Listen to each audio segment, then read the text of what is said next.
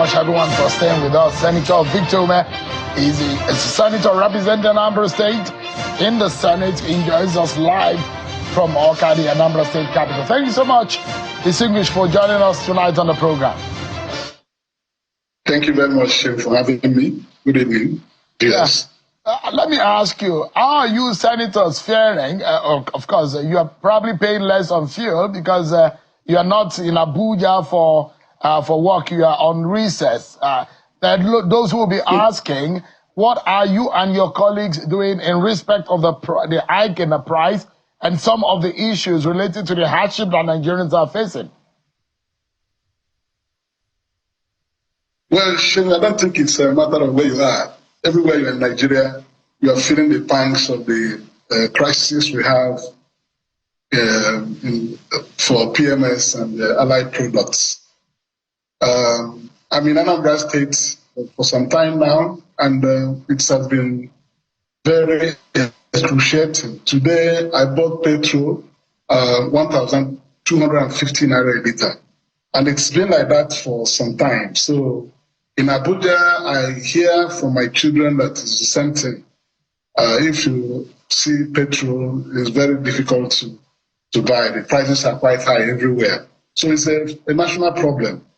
It's not a question of whether you're in Abuja or at home or wherever. So it's a national crisis that we have right now. There are those who will say reverse that policy. And when we imagine, what are your thoughts on that policy and the way to go? The NLC is speaking, the TUC has spoken, the NBA has spoken, some minority caucus in the House of Reps have spoken about this matter. But what is your take? How do you think that the government should handle these things? It's impacting on the bottom line, the average living of every Nigerian. Well, the cost of living is very biting now for every Nigerian, both the middle class, even those who pride themselves as the top class in the society, they are feeling the pinch. I think our problems have been as a result of people who have failed to do what they ought to do over time. The situation we find ourselves today is not strange to a lot of people, including myself, because what we are experiencing today is something that has been projected to happen. But those who are in a position to take the appropriate actions to save this country, for selfish reasons, refuse to do the right thing. There was no way anybody would have been expecting that we won't run into this PMS and allied products crisis in Nigeria when our refineries have been shut for a lot of years now. We don't refine these products, and we relied solely on the importation of these products. There is no way you can regulate or control the prices of things you don't produce. When last year, Mr. President removed the oil subsidy finally on the 29th of May, some of us were happy that the sector where people have been sucking Nigeria dry, that regime would have come to an end. But it came without any plan to cushion the effect it will have on Nigerians, because if you don't produce or refine these products locally, you continue to run into the problems of high cost of these products. When the subsidy was removed last year, a little while, the PMS pump price went to 637 naira. I granted interviews then and said that this is just the beginning, because it's just people celebrating what they didn't know they were getting into. So long as we do not get our refineries to work, there is no way we won't get to where we are today. Today is 1,200 and something, in some places 1,004 a liter. And we have not done anything to even change the situation. As far back as 2018, when I was in the 8th Senate, During the request for approval for promissory notes to pay oil subsidy debts, running into hundreds of billions of naira, I did say, and it's on record, that if Nigeria does not begin from 2018 to start to do something about our refineries, either we'll start a new refinery or we get the existing refineries to go back to work. The Warri refinery, Port Harcourt refinery, and the Kaduna refinery. That it will be postponing the doomsday, because there's no way these things can happen. But because those who are managing the oil sector have abandoned their duties, they're now making money out of the oil subsidy, and they didn't think about how Nigeria will start producing these products anytime soon. Senator, are you one of those who think that there are some cabals that are manipulating and frustrating the system such that it's impacting directly and frustrating and putting more hardship on the average Nigerian? Are you one of those who think that we should be asking a tough question of those who are heading the petroleum sector in this country? And what do we need to do about them? Well, it is clearly obvious that some people are feeling fat on the situation. I also said in 2018, 2019, that corruption has prevented Nigeria from breaking away from this problem, because all the people who are in the sector are feeling fat on the dollars they make through this importation of PMS, into the Nigerian country. There is nothing they are doing to think about how to get our refineries work, because they were making cheap money, easy money, but Nigeria was bleeding to death. So that's why at this time we are now, people who have run our petroleum sector, the oil industry, in the past 6 years or 5 years, from 2019, I think that's when Mile Kyari came in, 2019. They're still there. 5 years after, nothing has changed. Nothing has been shown to be working for the Nigerian people. Well, Senator, and they're still on their duties. Senator, there are those who will blame you and some of your colleagues. You are representing the Nigerian people. If some of these ills and some of these rot are going on, how would you just allow it to happen? You play oversight, and some of the committees play oversight on these sectors. How do we allow these to go on unchecked? No, we've not allowed these things to go on unchecked. One is that I am a member of the Nigerian, I'm a member of the Upstream Petroleum Resources Committee in the Senate. And I know that we have been interfacing with the agency, the NUPRC. In fact, the current executive chairman, we screened him, and I asked him pointed questions on the screening day. I said, how are you going to resolve all these issues in our exploration sector, production? He gave us assurances that from the low production we're having of the crude, that they have the capacity and the knowledge and the expertise to shore up our production level to about 2.5 million barrels a day. At that time, we were at around 1.2, 1.25 million barrels a day. And here we are. There's no story. Nothing has changed. We've not improved on our production. And those who are managing the NNPC, as it were, are busy importing PMS, neglecting production. If you talk about oversight, there are two sides to it. Oversight and the executive function. Somebody places these people on their duties. And we are still wondering why there has been no surgical operation in the oil sector.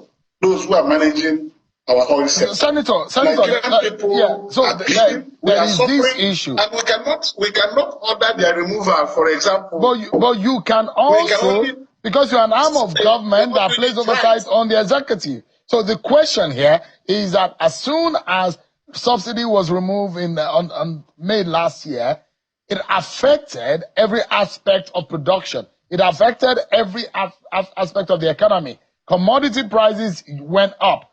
So there are those who are afraid now that if the prices go up again, up to 1,000 naira, it's been announced that it's going to go up. So if it goes up, prices of commodity will be affected, the economy will be impacted, perhaps negatively. So the question is that there are those who say, look, in a normal climb, you and your colleagues would have rushed back to plenary and attend to this kind of situation where Nigerians' lives are directly impacted. At least you are the leaders representing the Nigerian people. So we are doing a lot of things. We have set up a committee, an ad hoc committee, to investigate why the refineries are not working.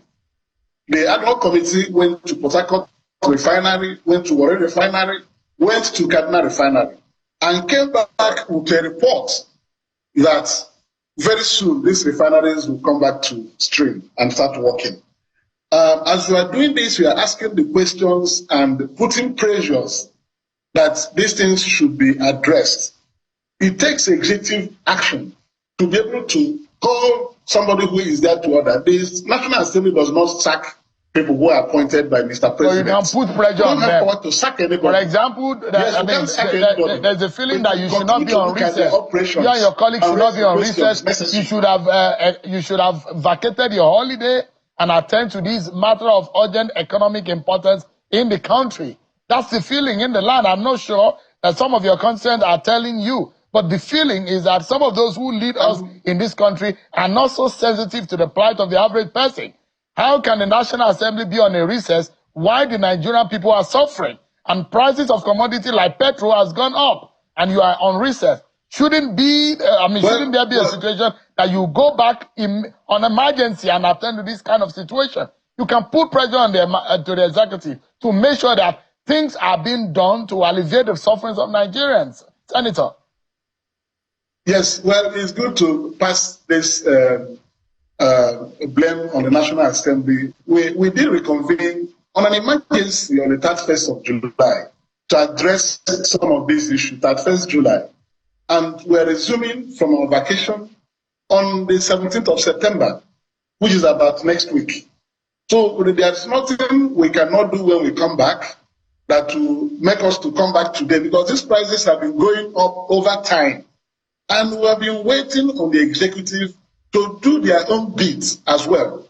The National Assembly will naturally, with oversight powers, raise issues of concern to those who are operating these sectors. But the executive has to do something. I was listening to the Minister of State for Petroleum Resources, Henneken Lokobiri, and he was saying that the Petroleum Industry Act forbids control of prices of petroleum products, that they are deregulated. You know, the sector is deregulated. It's a question of how much you buy, you sell. But the question is there anywhere in the Petroleum Industry Act where the executives is precluded from revamping the refineries? There's no such thing. So it is the government that will bring our refineries back to stream and refine these products to bring the prices down. It's an issue of policy. And those who are in a position to take these decisions are making gains out of it, albeit unpatriotically. Our Nigerian people are suffering. Senator. So I know that when we resume, I'm coming, when we resume, we will be in a position to put our voice again on the current issue. There are people who are not on vacation. The executive is not on vacation. They're not on vacation. So when these things are happening, they have the powers, unlimited powers, to deal with these current issues. Like I said, it's obvious that it's only a blind man that will not see that our petroleum industry, the managers and the operators, will need a surgical overhaul of the sector. We need to change what is happening there, because if those who are there for 5 years running are not able to solve this problem for Nigerians, I don't know what they're still doing there. All right. You have to do something to ensure that these problems are addressed through appropriate means. Let's take a pause, Senator. To remove anybody. Yeah, let's conclude this conversation about what is going on in the Labour Party. There are those who are asking questions about the Nenadi Usman committee and how legitimate that is. No structure of the party. According to your party constitution, the caucus or the leaders of the party who met with the governor in Abia State is not known to law. What is the legitimacy of the Nenadi Usman committee, Senator? Have you finished? Have you dropped that question? Yes, I have. You're asking whether the organ that met to set up a capital committee had the powers to do so. Is that what you said? Absolutely. Oh, you see, people who are asking this question do not understand that when you don't have a legitimate executive committee in charge of your party, the issue of whether the constitution is followed or not will become unnecessary because we don't have a legitimate executive committee now. So those who are claiming that they have the powers to do so have not told Nigerians that their tenure in office has since expired out as a result of the extraction of time. And because they didn't do what they were supposed to do to bring a succeeding leadership in the party is right now without leadership. It's rudderless. Because before you begin to assert what the constitution says, you must be in place legitimately. You must be in charge of the party legitimately before you begin to complain about infraction on the constitution. So those who are posing this question do not really understand they are no longer in place. And if you are not in place, nature abhors a vacuum.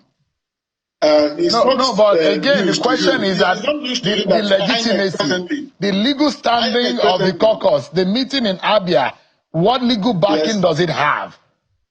There's no such structure within the constitution of your party. No. When you don't have a leadership constitutionally in place, the party people can come together to make decisions to create leadership for the party.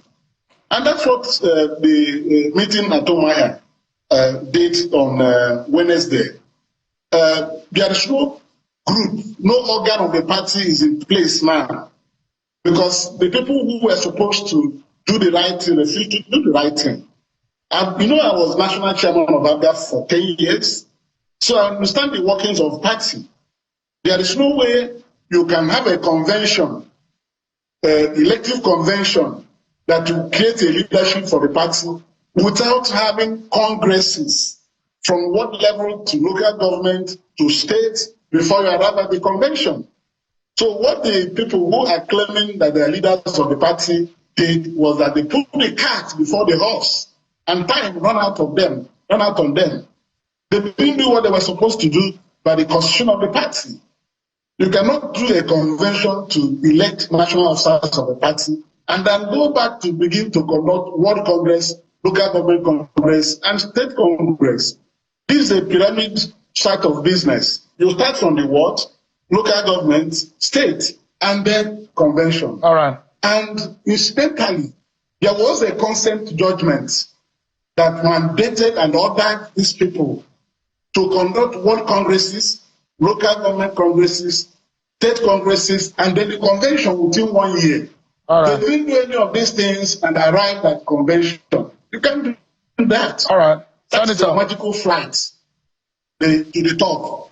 So we don't have that leadership in place, and because their time has elapsed, the vacuum created out because of the function of time against these people. All right. The party people can come together to begin to forge a way for the party, and that's what we have done. Yeah. To put a caretaker committee that will now conduct world congresses, local government congresses, state congress, and then convention. All right. And remember, as a member of this party, as a member of this party, when they tried to do this, I pointed it out to them. I said, "You're not doing the right thing." Senator, we are totally out of time. They're going to yes. Yeah. Senator, we are totally out of time. But I must thank you so much indeed for your time tonight. Senator Victor Umeh, representing Anambra Central and the National Assembly. Thank you so much indeed for your thought tonight. God bless you. Thank you very much.